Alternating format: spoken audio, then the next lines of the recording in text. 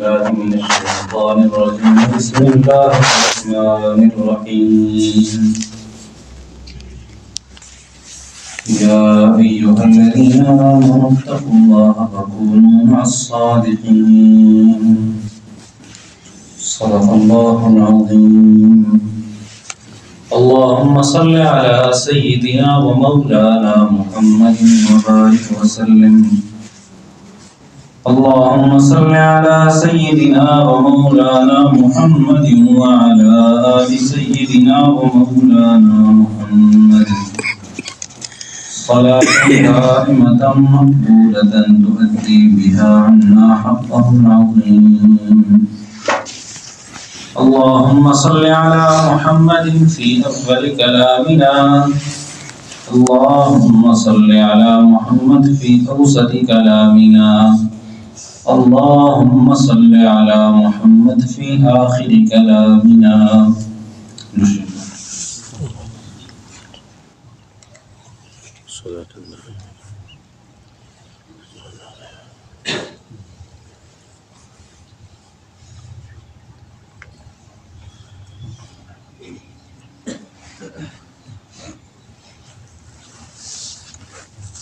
مربی کی صحبت اور تزکیہ کے بغیر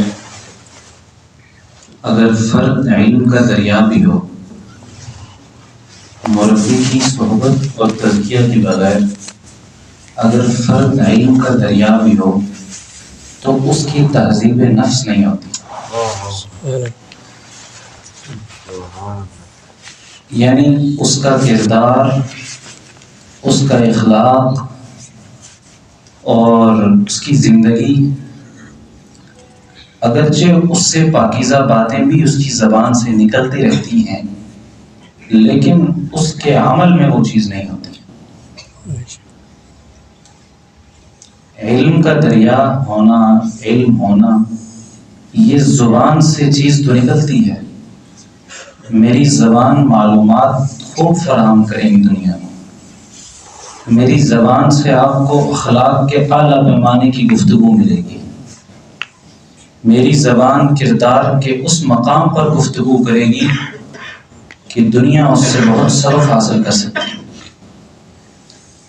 لیکن تہذیب نفس جسے کہتے ہیں، نفس کا ٹھیک ہونا، آسان ترجمہ کہ اپنا گفتگو کرنے والے کی اپنی ذات کے اندر بھی وہ چیزیں ہوں، تو یہ مربی کی صحبت اور تزکیہ کے بغیر ممکن نہیں ہے. دنیا کے جتنے بھی بڑے نامور شخصیات کو اگر دیکھا جائے، جن کی زندگی سے شمع پھوٹتی ہے، بہت بڑا کام کرتے ہیں، لیکن ان کے پس پردہ کسی ایک ایسے گمنام شخص کی صحبت ہوتی ہے کہ جس وجہ سے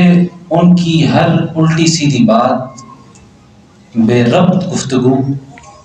دنیا کے لیے مشعل راہ بن جاتی ہے. اور اس سے دنیا وہ کچھ سیکھتی ہے کہ بڑے بڑے لٹریچر، بڑی بڑی تحریریں، بڑی بڑی کتابیں کسی ایک شخص پر اثر نہیں کرتی، لیکن کوئی ایسی صحبت یافتہ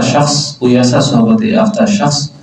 اپنی زبان سے ایک عام سی بات کہتا ہے اس موضوع کے متعلق، اور اگلا اس کا پابند ہو جاتا ہے اور اس پر عمل کرنے لگ جاتا ہے. یہ دراصل وہ صرف گفتگو نہیں ہوتی، وہ بات نہیں ہوتی، یہ وہ جو اس کے پاکیزہ نفس کے اندر روشنی ہوتی ہے، وہ اس بات کا وزن بڑھا دیتی ہے، اور پھر وہ بات معنی رکھتی ہے، اثر رکھتی ہے، اور پھر وہ آگے جا کر اگلے کے دل میں پیوست ہو جاتی ہے. اس لیے خاص کر جو ہمارا دین کا شعبہ ہے، اس میں ریا کا نشان ہی نہیں ہے، ریا کا کام ہی نہیں ہے. اس میں جو وہ بات چلے گی جو اخلاص سے نکلی ہے، جو دل سے نکلی ہے. یہاں پر تصنع، بناوٹ نہیں چلتی،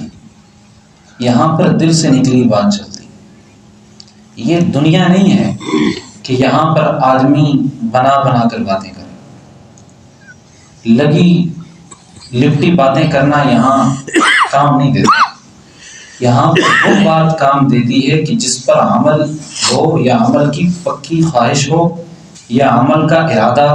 کرنے والے کا پکا ہو، اور وہ جب وہ اس عمل کے بارے میں بات کرتا ہے، اگلے کو سمجھاتا ہے یا نصیحت کرتا ہے یا واعظ کرتا ہے، تو وہ پھر اگلے کے دل میں پیوست ہو جاتی ہے۔ تو خلاصہ نکلا، یہ ساری پورے بیان کا خلاصہ اسی میں نے کہہ دیا کہ اس کے لیے ضروری ہے اہل اللہ کی صحبت۔ اور کبھی بھی آدمی انفرادی زندگی کو اختیار کرتے ہوئے اپنی زندگی کو ٹھیک نہیں کر سکتا۔ تنہائی میں بیٹھ کر فرد اپنی اصلاح کبھی نہیں کر سکتا، خود اپنا محاسبہ کر سکتا ہے، اصلاح خود نہیں کر سکتا۔ اصلاح کے لیے اس کو کہیں جانا پڑے گا، اصلاح کے لیے کسی کے پاس رہنا پڑے گا، اصلاح کے لیے کسی کی گفتگو سننی پڑے گی، کسی کی ڈانٹ سننی پڑے گی، کسی کی بات سننی پڑے گی، اور اپنی سمت کو متعین کرنا پڑے گا۔ اس کے بغیر یہ کام نہیں ہوتا۔ اس لیے قرآن کریم میں آتا ہے یا ایھا الذین آمنوا اتقوا اللہ وکونوا مع الصادقین، ایمان والو اللہ سے ڈرو اور سچوں کے ساتھ رہو۔ اب یہاں پر تقویٰ کا حکم تھا، کیونکہ اس وقت میں اور آپ اس تمام چیزوں کے مصداق ہیں۔ ہمیں اللہ تعالیٰ کا ہر وقت یہ حکم کہ تقویٰ کو اختیار کرو لاگو ہوتا ہے، صبح شام ہر لمحے اللہ کا مجھے حکم ہے کہ میں تقویٰ کو اختیار کروں۔ تقویٰ کیا ہے کہ تنہائی میں، اس دور میں تقویٰ کی تعریف یہ ہے، یا ہر وقت کی تعریف یہ بھی ہو سکتی ہے تقویٰ کی، کہ تنہائی میں اللہ سے ڈرنے کا نام تقویٰ ہے۔ مجھ پر اور آپ پر تنہائی میں، ظاہر میں، دنیا میں، سامنے ہر وقت اللہ کا یہ قانون، اللہ کا یہ حکم لاگو ہوتا ہے کہ میں اور آپ اللہ سے ہر وقت ڈریں، اللہ کے جو منع کرتا، اللہ تعالیٰ نے جن چیزوں سے منع کیا ہے ان سے بچیں اور اللہ تعالیٰ کی فرمان پر عمل کریں۔ اب اللہ تعالیٰ نے فرمایا اتقوا اللہ، کہ اللہ سے ڈرو، وکونوا مع الصادقین، اور سچوں کے ساتھ رہو۔ یہ جو سچوں کے ساتھ رہنا ہے، سچوں کے ساتھ رہو، اس کا کیا مطلب ہے؟ اللہ تعالیٰ نے تقوی کا حکم دیا، تقوی کا، پھر اس کے ساتھ فرمایا وکونوا مع الصادقین، کہ سچوں کے ساتھ بیٹھو۔ بھائی تمہارے لیے تقوی کو اختیار کرنے میں آسانی تب ہے جب تم اپنی صحبت ان لوگوں کے ساتھ رکھو گے جو اللہ سے ڈرتے ہوں گے اور سچے ہوں گے، ان کے دل پاکیزہ ہوں گے،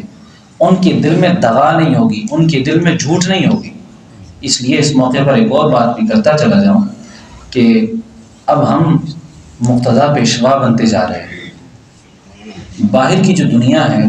وہ دین سے نابلد ہے۔ اس دور میں اگر جس شخص کی داڑھی ہے وہ نماز پڑھتا ہے، وہ ایک امت کا پیشوا ہے، وہ امت کا مقتدیٰ بن چکا ہے۔ اس کو کچھ آتا ہے نہیں آتا، لیکن لوگ اس کو اپنا بڑا مانتے ہیں، اس سے مسائل پوچھتے ہیں، گھر میں اس کو عزت دی جاتی ہے، خاندان میں اس کو عزت دی جاتی ہے کہ بھئی یہ ہمارے حاجی صاحب ہیں، حافظ صاحب ہیں، مولوی صاحب ہیں، جو بھی ہیں، ان کا دین کے ساتھ تعلق ہے۔ آپ مجھے یہ بتائیں کہ وہ تو صادقین آپ کو اور مجھے سمجھ رہے ہوں گے کہ یہ سچے ہیں، اللہ نے انہی کے ساتھ مجھے بیٹھنے کا کہا ہے۔ اگر ہم دل کے اندر سے دغاباز ہوں گے، جھوٹے ہوں گے، سچے نہیں ہوں گے، تو اس کا وبال ان پر نہیں پڑے گا، ہم پر پڑے گا، اس کا عذاب ہمیں آئے گا۔ ان سے تو پوچھ نہیں ہوگی، انہوں نے تو اللہ کے حکم پر عمل کر دیا ہے۔ ہم نے تو ظاہری شکل و صورت اپنی صادقین والی بنائی تھی، لیکن ہمارے دل کے اندر دغا تھی، جھوٹ تھا، اور بجائے، اور اس لیے وہ ہمارے ساتھ رہ کر بھی اگر عمل کے پابند نہیں ہوتے تو اس میں ہمارا نقصان ہوتا ہے، ہماری خرابی ہوتی ہے، ہماری وجہ ہوتی ہے۔ کیونکہ جب دل کے اندر سے ظلمت پھوٹتی رہتی ہے، جب ایک شخص ہمارے پاس نیک نیتی سے اپنی اصلاح کی خاطر آ کے بیٹھتا ہے، یا اس نیت سے بیٹھتا ہے کہ اللہ کا نیک بندہ ہے، اس کے پاس 2 منٹ بیٹھ جاتے ہیں، شاید ہمارے قلب کی اصلاح ہو جائے، لیکن ہم تازہ تازہ کسی کی بدگمانی، غیبت یا کوئی ایسا گناہ، بدنظری کر کے بیٹھے ہوتے ہیں اور دل پر ظلمتوں کا بسیرا ہوتا ہے، تو کیا خواہ اس کو ہم سے نور ملے گا؟ کیا اس کو ہم سے خواہ کو ہدایت کی روشنی ملے گی، راستہ ملے گا؟ بلکہ وہ ہماری ظلمت اس میں منتقل ہوگی، اور وہ ظلمت منتقل ہونے کی وجہ سے ہم تو تھے ہی خراب، اس کے قلب کی حالت بھی خراب ہو جائے گی، کیونکہ وہ عقیدت ہم سے رکھتا تھا۔ یا پھر ایسے ہوگا وہ اپنے اخلاص کی وجہ سے تر جائے گا، نکل جائے گا اور ہم وہیں کے وہیں بیٹھے رہ جائیں گے۔ تو اس لیے ایک تو اس بات کا خصوصی دھیان رکھنا چاہیے کہ اللہ تعالیٰ نے صادقین میں سے اگر شمار کیا ہے تو پھر اس چیز کا لحاظ بھی رکھا جائے، انسان صادقین بننے کی کوشش بھی کرے کہ اب ہمارے ساتھ ایک دنیا وابستہ ہے، ایک لوگ وابستہ ہیں، ہم حقیقت کی نگاہ سے دیکھتے ہیں لیکن ہم اس کیفیت میں نہیں ہیں۔ ایک تو کوشش کرنی چاہیے کہ اس کیفیت میں انسان داخل ہو جائے۔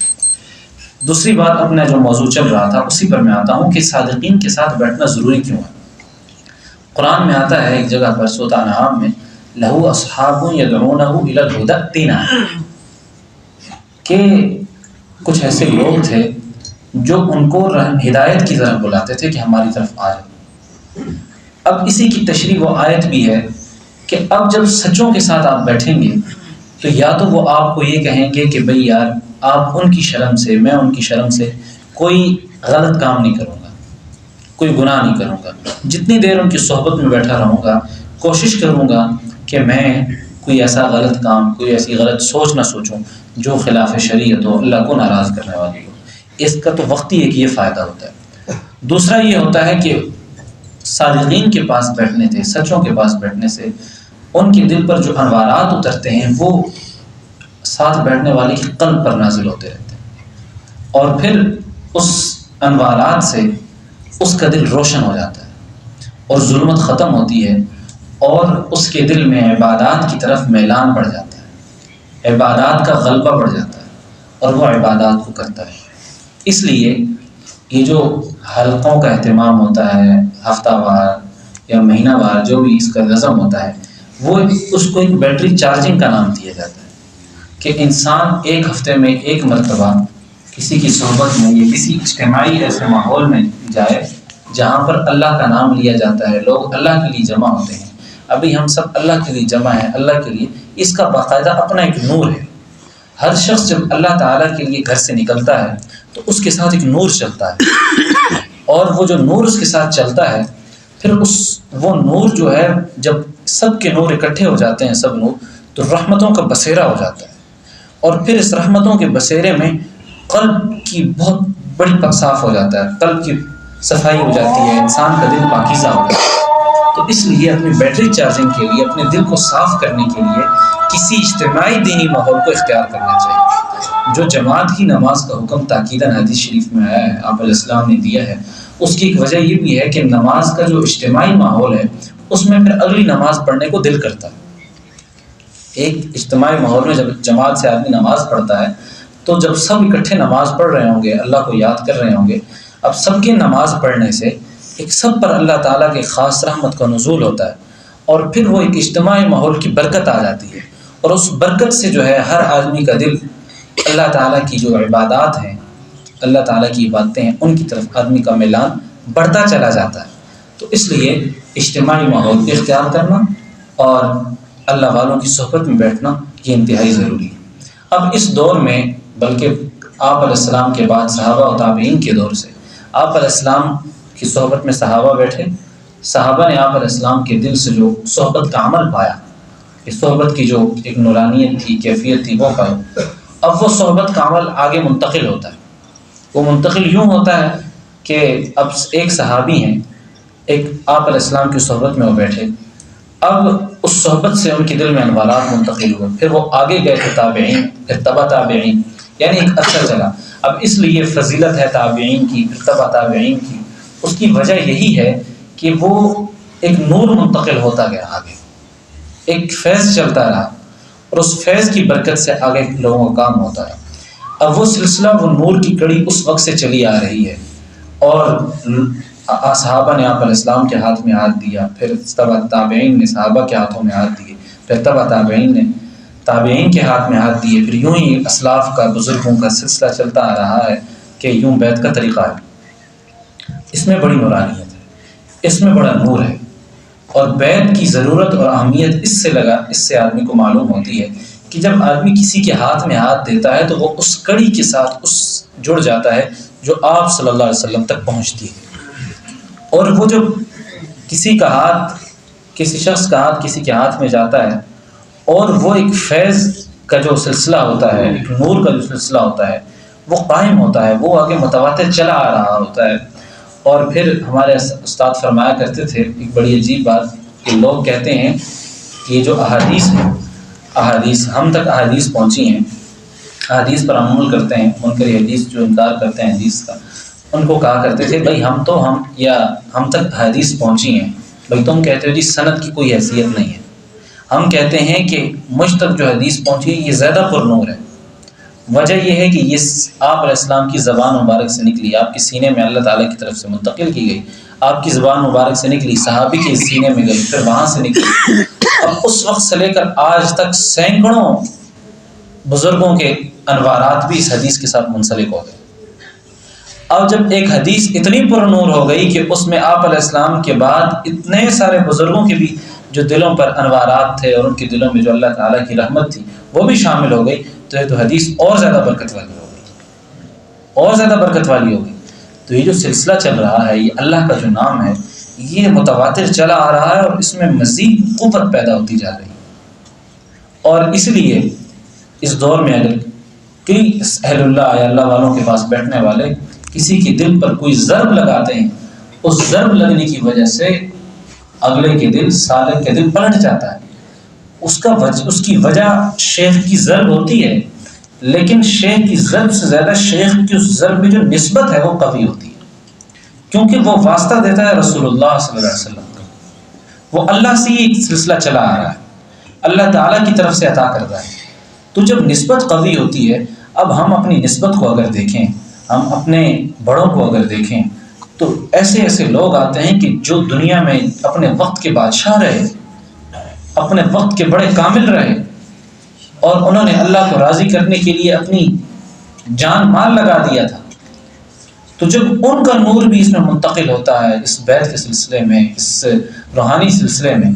تو یہ جو کڑی ہے، یہ جو لائن ہے، یہ اور مضبوط ہوتی جاتی ہے، قوی ہوتی جاتی ہے، طاقتور ہوتی جاتی ہے۔ اور اس لیے جب کسی انسان کوئی آدمی کسی شیخ کے ہاتھ پر ہاتھ رکھتا ہے تو پھر اس سے بڑا فیض منتقل ہوتا ہے، بڑا نور منتقل ہوتا ہے، شیخ کے قلب کا فیض، شیخ کے قلب کا فیض، اور ان کی پوری زندگی کی جو عبادات ہیں، جو معمولات ہیں، جو انہوں نے اللہ کو راضی کرنے کے لیے کام کیے ہیں، وہ اس کا اثر،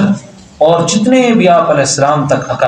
اسلاف ہیں آتے ہیں اس نسبتوں میں، ان سب کا اثر اس بیت میں آ جاتا ہے، اس ہاتھ پر ہاتھ رکھنے میں آ جاتا ہے، اور پھر نسبت بڑی قوی ہو جاتی ہے، اور پھر اس نسبت قوی سے اگلوں کے دل پلٹ جاتے ہیں، اگلوں کے دل بدل جاتے ہیں، ان کے عبادات کی طرف ان کا میلان بڑھ جاتا ہے۔ اس لیے اس پرفتن دور میں اگر دیکھا جائے، انفرادی زندگی پر آزما لیں، تجربہ کر لیں، اپنے آپ کو تنہائی میں بٹھا کر جتنا مرضی کی کوشش کر لیں کہ ہم عبادات کرنی چاہیے، تنہائی کی عبادت ضروری ہے، لیکن اہل اللہ کی صحبت کے ساتھ۔ اگر انفرادی طور پر بندہ کبھی اپنے اوپر محنت کرنے کی شروع کرے، اپنی اصلاح خود کرنے کی کوشش کرے، تو یہ عموماً دیکھا گیا ہے 95% اس کا قوی امکان ہے کہ وہ شخص ریا میں مبتلا ہو جائے، وہ شخص اپنی عبادت میں ریا کا شکار ہو جائے گا۔ اگر وہ کسی کے ہاتھ پر ہاتھ رکھ کر اس نسبت قوی کے ساتھ اپنی نسبت قوی کے ساتھ اپنے عمل کو، اپنے تزکیہ کو شروع کرتا ہے، تو اس تزکیہ کو شروع کرنے کی بدولت اس کے جو معمولات ہیں، انفرادی معمولات، وہ 2 نفل بھی اس کے لیے اتنا مزہ دیں گے اس کو، اور اتنی روحانیت دیں گے کہ انفرادی 100 نفل بھی اتنا مزہ نہیں دیں گے۔ آدمی کے اندر قوت آ جاتی ہے، تقویت آ جاتی ہے۔ جب یہ جو ریا کا مرض ہے، یہ جو تصوف ہے،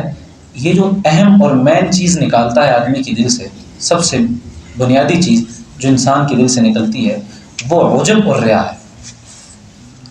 یہ اتنی کمزور بیماری ہے کہ اس کا احساس بدون شیخ ناممکن ہے،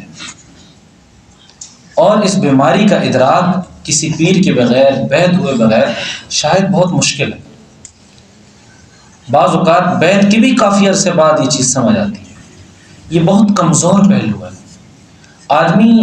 ریا کا شکار شیطان اور نفس آدمی کو ایسے کر دیتا ہے عجب کا کہ آدمی کو احساس تک نہیں ہوتا، اور آدمی وہ کام اللہ کے لیے نہیں کر رہا ہوتا بلکہ دنیا کے لیے کر رہا ہوتا ہے۔ سب سے پہلے جس چیز کا احساس، یا سب سے اہم چیز جو تصوف انسان کو دیتا ہے، جو بیعت آدمی کو دیتا ہے، وہ ہے عجب الریا کا احساس،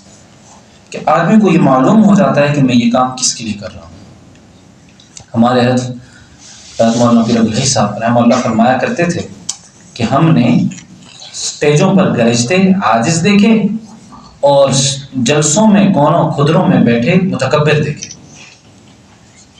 یعنی اگر کوئی بڑا مجمع ہے، ایک صاحب حیثیت شخص ہیں، وہ کونے خدرے میں بیٹھتے ہیں، اپنی نیت کا اعتبار ہے، لیکن ایک آدمی اس نیت سے بیٹھتا ہے، اپنے آپ کو چھپا کر بیٹھتا ہے کہ کہیں مجھ پر کسی کی نظر نہ پڑ جائے۔ ایک تو اچھی نیت بھی ہو سکتی ہے، لیکن کہیں نہ کہیں اس کے دل میں خیال آ جائے گا کہ بھئی وہ جو بندہ ہے نا وہ ٹھیک نہیں ہے۔ دیکھو اپنے آپ کو چھپا کر رکھنا چاہیے۔ دیکھو میں کیسے عاجز بن کر بیٹھا ہوں، یہ کوئی طریقہ ہے کہ اپنے آپ کو اوپر لے جانا، اوپر جا کے بیٹھنا، ایسے بات کرنا؟ عاجزی یہ تو نہیں ہے کہ فوراً اپنا آپ کو نمایاں کرنا۔ اب بھائی آپ تو، میں اور آپ کونے خدرے میں تو عاجز بن کر بیٹھے ہیں،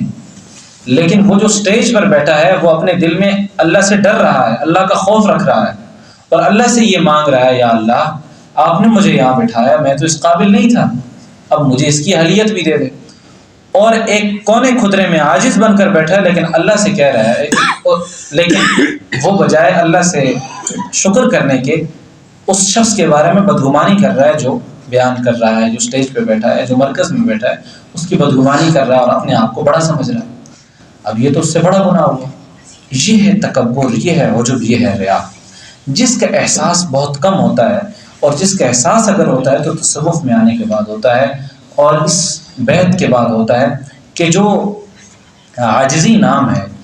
جو عجز نام ہے، وہ کسی اور چیز کا ہے، وہ بڑا بننے کا نہیں ہے۔ عجز نام چھوٹا بننے کا نہیں ہے، اور تکبر نام بڑا بننے کا نہیں ہے۔ تکبر اور عجز کا تعلق دل سے ہے، کہ آدمی کے قلب کی کیا کیفیت ہے، آدمی اپنے قلب میں کیا محسوس کر رہا ہے۔ آیا وہ اپنے قلب میں اپنے آپ کو بڑا جب بن گیا ہے اور اپنے آپ کو بڑا بھی سمجھ رہا ہے اور لوگوں کو حقیر سمجھ رہا ہے، تو یہ تو ہے ہی گناہ۔ لیکن اگر اس کو اللہ نے بڑا بنایا ہے، لیکن وہ ساتھ یہ کہہ رہا ہے، اللہ سے عرض کر رہا ہے، اللہ سے یہ مانگ رہا ہے، یا اللہ میں اس قابل نہیں تھا، اور اس کی دل کی کیفیت کیا ہے وہ اللہ جانتے ہیں، تو یہ اس کے ساتھ اس کا تعلق ہے، اللہ کے ساتھ، اللہ اس کو اس پر اجر و ثواب دیں گے۔ اور ایک آدمی ہے جو بظاہراً تو عاجزی کا لبادہ اوڑھے ہے، لیکن لوگوں کی بدگمانیاں، غیبتیں، بڑے لوگوں کے بارے میں طنز، اور ذہن میں عجیب خیالات، اور اپنے آپ کو بڑا سمجھنا۔ تو اب ذہن کیا کہتا ہے؟ عقل یہ کہتی ہے کہ یہ آدمی گناہ گار ہے، اور وہ گرجتا آدمی باعث ولی اللہ ہے، نیک ہے۔ لیکن ظاہر آدمی اگر دیکھے تو دوسرا ولی لگتا ہے، اور یہ اس سے کم لگتا ہے، لیکن اس کا تعلق کسی اور چیز سے۔ اس لیے بیعت جو ہے وہ آدمی کو اس چیز کا احساس دلاتی ہے کہ آدمی کیا کرے کیا نہ کرے۔ اس لیے بیعت بہت ضروری ہے، اس لیے کہ علم کا جو دریا ہے، یہ علم کا سمندر ہے، وہ آدمی کو تہذیب نفس نہیں سکھاتا، نفس نہیں بناتا آدمی کا۔ نفس بنتا ہے تو وہ بیعت سے بنتا ہے، کسی اللہ والے کے ہاتھ پر ہاتھ رکھنے سے بنتا ہے، اس کے بغیر نفس نہیں بنتا۔ کردار، اخلاق، یہ چیزیں زبان میں تو آ جاتی ہیں، گفتگو میں آ جاتی ہیں، لیکن عمل میں تب آتی ہیں جب کسی اللہ والے کی صحبت کو اختیار کیا جاتا ہے، جب کسی کے ساتھ بیٹھا جاتا ہے، جب کسی کی گفتگو سنی جاتی ہے، جب کسی کی ڈانٹ سنی جاتی ہے، جب اپنی خواہشات کو روند کر اپنے شیخ کی، اپنے مربی کی، اپنے مسلح کی بات پر فوقیت دی جاتی ہے، اس کو فوقیت دی جاتی ہے، تب انسان کامل بنتا ہے، تب کاملیت کی طرف انسان کا سفر شروع ہوتا ہے۔ جو اللہ تعالیٰ کا قرب ہے، جتنا آسان ہے اتنا نازک بھی ہے۔ راستہ بہت آسان ہے، لیکن نازک بھی بہت ہے۔ اگر قدم ڈگمگایا تو پھسلنے میں دیر نہیں لگتی۔ بعض اوقات قلب کی ایسی کیفیت ہو جاتی ہے کہ ہزار نصیحتیں سمجھ نہیں آتی، ساری باتیں پتہ ہوتی ہیں کہ یہ ٹھیک ہے، یہ غلط ہے، لیکن باوجود اس کے آدمی غلط کر رہا ہوتا ہے۔ پتہ ہے یہ غلط ہے، یہ کام غلط ہے، یہ سوچ غلط ہے، یہ فکر غلط ہے، لیکن ایک ڈٹائی ہے، بس نہیں ماننا۔ بعض اوقات بچے ہوتے ہیں، نوجوان ہوتے ہیں، ماں باپ ان کی اصلاح کے لیے زور لگا دیتے ہیں، اور بچوں کو بھی پتہ ہوتا ہے ایک حص میں کہ یہ غلط ہے، لیکن بچے پھر بھی بضد ہوتے ہیں کرنے میں۔ دراصل وہ ایک قلب کے اندر ظلمت ہو جاتی ہے، اور پھر وہ ظلمت آدمی کو نور لینے پر آمادہ نہیں کرتی۔ تو جتنی بڑی ظلمت ہو، انفرادی عبادات سے ظلمت دور ہو سکتی ہے، ذکر سے بھی ظلمت دور ہوتی ہے، درود شریف سے ظلمت دور ہوتی ہے، لیکن جو ظلمت کا اعلیٰ درجہ ہے، یعنی ظلمت جس میں ریا ہے، عجب ہے، تکبر ہے، اندھیرا، ظلمت اندھیرے کو کہتے ہیں کہ جو اندھیرا دل پر چھایا ہوا ہے، جس میں عجب ہے، تکبر ہے، ریا ہے، یہ چیزیں ہیں، یہ صرف اور صرف شیخ کی اور کامل کی صحبت سے دور ہوتی ہے، یہ بغیر صحبت کے دور نہیں ہوتی۔ اس کا جو مشاہدہ ہے وہ یوں کر لیجئے کہ آپ کے مزاج میں ایک چیز ہے، فطرتاً، طبعاً، پیدائش سے بعض لوگوں کے مزاج میں ایک خاص چیز ہوتی ہے کہ بھئی وہ ایسے کرتے ہیں، یہ عمل ہے، مزاج میں ایک چیز ہے کہ بھئی ہم نے ایسے کھانا کھانا ہے، یہ ایسا ہمارا مزاج ہے، ہم پانی اس قسم کا پیتے ہیں یا اس طرح کا پیتے ہیں یا اس طرح ہمارے کھانے کا نظم ہے، ایک فطرتاً طبعاً ایک مزاج ہے۔ اسی طرح دینی حوالے سے بھی طبعاً ایک مزاج ہوتا ہے، کسی کا نوافل پڑھنے کا مزاج ہوتا ہے، کسی کا قرآن پڑھنے کا مزاج ہوتا ہے، کسی کا ذکر کا مزاج ہے، کسی کا تبلیغ کا مزاج ہوتا ہے، اچھی چیز ہے، اور کسی کا یہ مزاج ہوتا ہے، جہاد کا مزاج ہوتا ہے، کسی کا صدقہ خیرات کا مزاج ہوتا ہے، مختلف مزاج ہوتے ہیں، غلبہ ہوتا ہے کہ ہم نے بھئی یہی کام کرنا ہے۔ لیکن جب آدمی شیخ کی صحبت میں بیٹھتا ہے اور اپنے مزاج کے خلاف بات سنتا ہے اور پھر نہ چاہتے ہوئے بھی اس پر عمل کرتا ہے، یہاں سے وہ ظلمت دور ہوتی ہے، یہاں سے وہ ظلمت کا اعلیٰ درجہ دور ہوتا ہے کہ یہاں پر نفس پر چوٹ پڑتی ہے کہ بھئی یار یہ چیز تو میرے مزاج کے خلاف ہے، لیکن سننی پڑ رہی ہے، برداشت کر رہا ہے۔ اب وہ جو برداشت ہے، اپنے نفس کو توڑنا ہے، جب بالکل آدمی ریزہ ریزہ ہو جاتا ہے نا، پھر ظلمت ختم ہو جاتی ہے، پھر نور کامل طور پر آدمی کے دل میں بیٹھتا ہے۔ اللہ کا ایک دستور رہا ہے کہ اللہ تعالیٰ ٹوٹے دلوں میں بیٹھتا ہے، اللہ تعالیٰ ٹوٹے دلوں کو ڈھونڈتے ہیں۔ جس دل میں اپنی بزرگی کا پہلے سے گھمنڈ ہے، اس کو کیا ضرورت ہے مزید کس چیز کی آنے؟ بھئی ہم تو پہلے سے ہی بزرگ ہیں، ہم تو پہلے سے ہی نیک ہیں، ہمیں کیا ضرورت ہے کسی کو اللہ تعالیٰ کا ذکر کرنے کی؟ یا ذکر کرتے ہیں لیکن ایک اپنے مخصوص ایک کرائٹیریا مختص کیا ہوتا ہے اور اس کے مطابق کہ بھئی ہم تو ہیں ہی بزرگ اور ہم تو یہ کام کرتے ہیں بس ہیں۔ لیکن یہ آدمی کے اندر ایک ریا اور عجب پیدا کرتا رہتا ہے، اور پھر آدمی اپنے علاوہ باقی سب کو منفی نگاہوں سے دیکھتا ہے۔ جیسے عموماً سالکین میں بعض اوقات ایک مرض پیدا ہو جاتا ہے کہ تصوف کے 4 سلاسل، اب سلاسل سارے برحق ہیں، سارے ٹھیک ہیں، اب بعض اوقات کسی ایک پیر کے مرید جو ہیں وہ اپنے پیر کی عقیدت تو کامل طور پر رکھنی چاہیے، اسی کو حرف آخر سمجھنا چاہیے، لیکن بعض اوقات ایسا کرنا شروع کر دیتے ہیں کہ باقی پیروں کی برائی شروع کر دیتے ہیں کہ بھئی ہمارے سلسلے میں یہ چیز ہے، یہ تو بڑی اچھی بڑی عمدہ ہے، تمہارے پاس تو کچھ بھی نہیں، تم تو بالکل خالی ہو۔ یا پھر ان کو نہیں کہتے تو دل میں کہتے ہیں کہ بھئی ہم تو بڑے اعلیٰ اور عمدہ لوگ ہیں۔ اپنے شیخ کی عقیدت، سلسلے کی عقیدت وہ اور چیز ہے، اس کا احساس، اس کا دل میں اللہ عظمت وہ اور چیز ہے، برائی اور چیز ہے، تحقیر اور چیز ہے، حقارت اور چیز ہے۔ تو اس لیے کامل طریقہ یہ ہے کہ آدمی اپنے آپ کو، جو عمل ہے اس میں آدمی سے یہ جو چیز نکلتی ہے، یہ جو ریا اور عجب کا بہت کمزور مرض ہے، یہ صرف بیعت کے بعد نکلتا ہے، اور بیعت کے بعد ہی بہت محنت کرنی پڑتی ہے اس میں، اور بہت اس پر غور و خوض کرنا پڑتا ہے، فکر کرنی پڑتی ہے، اور پھر جو صحبت ہے وہ آدمی کے دل سے یہ امراض نکال دیتی ہے۔ اس کا مشاہدہ ہے اور دیکھا ہوا بھی ہے، کئی سارے لوگ امت کے اس وقت سے لے کر آج تک گواہ ہیں۔ جیسے آپ علیہ السلام کے وقت میں ایک صحابی آپ علیہ السلام کی مجلس سے اٹھ کر گئے تو گھر جاتے تھے تو کیفیت اور ہوتی تھی، آپ کی مجلس میں بیٹھتے تو کیفیت اور ہوتی تھی۔ حضرت بکر صدیق رضی اللہ عنہ سے عرض کیا کہ جب میں مجلس سے اٹھ کے جاتا ہوں تو مجھے بعض اوقات یوں محسوس ہوتا ہے کہ میں کافر ہو گیا، میں دین سے دور ہو گیا ہوں، ایسے ایسے وساوس آتے۔ حضرت بکر صدیق رضی اللہ عنہ نے کہا بھائی میرے ساتھ بھی تو ایسا ہی ہے۔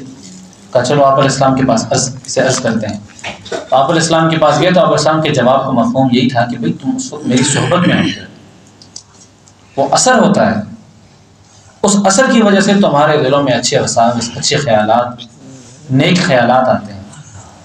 اور اس کی وجہ سے آپ نیک کام کر سکتے ہیں۔ اور اس کے بغیر جب اس کے علاوہ حالات ہوتے ہیں یا اس کے علاوہ کا وقت ہوتا ہے، اس وقت صحبت میسر نہیں ہوتی، اس وقت وساوس آتے ہیں، خیالات آتے ہیں۔ اس لیے صحبت اختیار کرنے میں یا تو شیخ کی گفتگو سے آدمی کے دل پر اثر پڑتا ہے، کوئی ایسی بات پورے بیان میں نکل جاتی ہے شیخ کی زبان سے کہ جو آدمی کی زندگی بھر کی اصلاح ہو جاتی ہے اور زندگی تبدیل ہو جاتی ہے، اور کوئی ایک عمل جس پر وہ بضد ہوتا ہے اور اس سے اس کا چھوٹنا ناممکن ہوتا ہے۔ جیسے میں ایک ساتھی تھے ہمارے، وہ مجھے بتاتے تھے کہ بھائی میں نماز کا پابند نہیں، ہزار لوگ ترغیبیں دیں، کہہ رہے تھے کہ مجھے میرے والد اساتذہ بھی بڑی ترغیبیں دیتے کہ بھئی نماز پڑھ لو، نماز پڑھ لو، نماز پڑھ لو، نماز پڑھ لو۔ میں نماز نہیں پڑھتا تھا، احساس ہی نہیں پیدا ہوتا تھا۔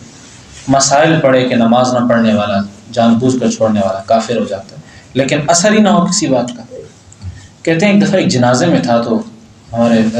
مفتی عبداللہ صاحب جامعہ خیر مدارس میں ہوتے ہیں، کہتے ہیں انہوں نے جنازے سے پہلے 2 منٹ کی گفتگو کی اور اس میں کہا کہ بھائی نماز بہت ضروری چیز ہے، نماز کے بغیر ایمان کامل نہیں ہوتا، نماز کا اہتمام رکھا کریں۔ اتنی بات کی اور جنازے کی تکبیر کہہ دی۔ کہتے ہیں وہ صرف اتنی سی بات میرے دل پر اتنی اثر کی کہ 2 سال ہو گئے آج تک کوئی نماز نہیں چھوٹی۔ اب کہہ رہی تھی یہ بات تو ہم نے 1000 دفعہ سنی تھی، لاکھ دفعہ سنی تھی، اس سے سخت سخت وعیدیں سنی تھی، لیکن کبھی کوئی دل پہ اثر نہیں کیا۔ صرف اتنی سی ہلکی سی بات سننے سے میں نمازی بن گیا۔ وہ وجہ کچھ اور تھی، وہ دل سے نکلی ہوئی بات تھی، وہ ایک صحبت کا اثر تھا۔ وہ جب قلب پر پڑا تو قلب بدل گئے اور نماز کا پابند بن گیا۔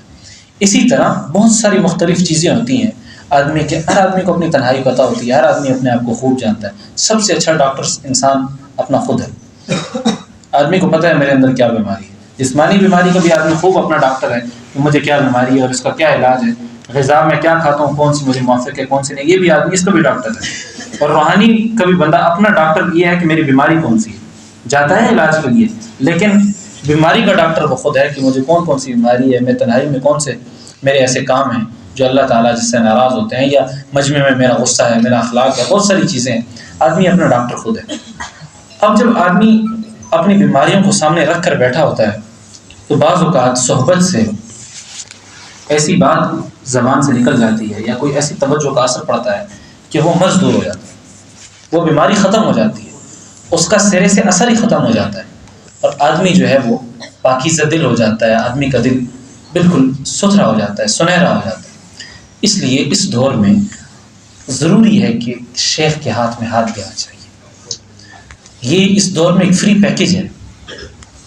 اپنے آپ کو بچانے کا۔ کبیرہ گناہوں سے مفت بچ جاتا ہے بیعت کی وجہ سے، کبیرہ گناہوں سے بیعت کی وجہ سے آدمی مفت میں بچ جاتا ہے بغیر کسی کوشش کے۔ وہ نسبت اس کو کبیرہ گناہ نہیں کرنے دیتی، اگر ہو بھی جاتا ہے تو توبہ کرنے کی توفیق دے دیتی ہے، نسبت کی برکت ہوتی ہے۔ یہ جو نسبت ہے یہ آدمی کو رنگ لگا دیتی ہے۔ اللہ تعالیٰ اس نسبت کی وجہ سے، یعنی دیکھیں نا، اب ہمارے جو سلسلہ ہے اس میں 32-33 واسطے ہیں، اگر ان اکابر کے نام لیے جائیں، انہوں نے جان مال اللہ کی رضا کے لیے لگا دی، انہوں نے اللہ کے لیے قربانیاں دی۔ یہ ان کی نسبتوں کا فیض جب آپ کے سینے میں اور میرے سینے میں اترا ہے تو کیا اللہ اس کی لاج نہیں رکھیں گے؟ اس کی لاج رکھتے ہوئے اللہ تعالیٰ آدمی کو گناہوں سے بچاتے ہیں۔ تو اس لیے خلاصتاً یہی ہے کہ اہل اللہ کی صحبت بہت ضروری ہے، اور اس کے لیے جب بیعت ہوتی ہے تو اعتقاد کامل ہوتا ہے، اور پھر اس اعتقاد کامل کی وجہ سے آدمی اپنی زندگی کی جتنے بھی معاملات ہیں، ان میں بہت بہتر طریقے سے اپنے کام کرتا ہے۔ اللہ تعالیٰ جتنی باتیں کہیں گی سنیں گے ان پر عمل کرنے کی توفیق عطا فرمائے۔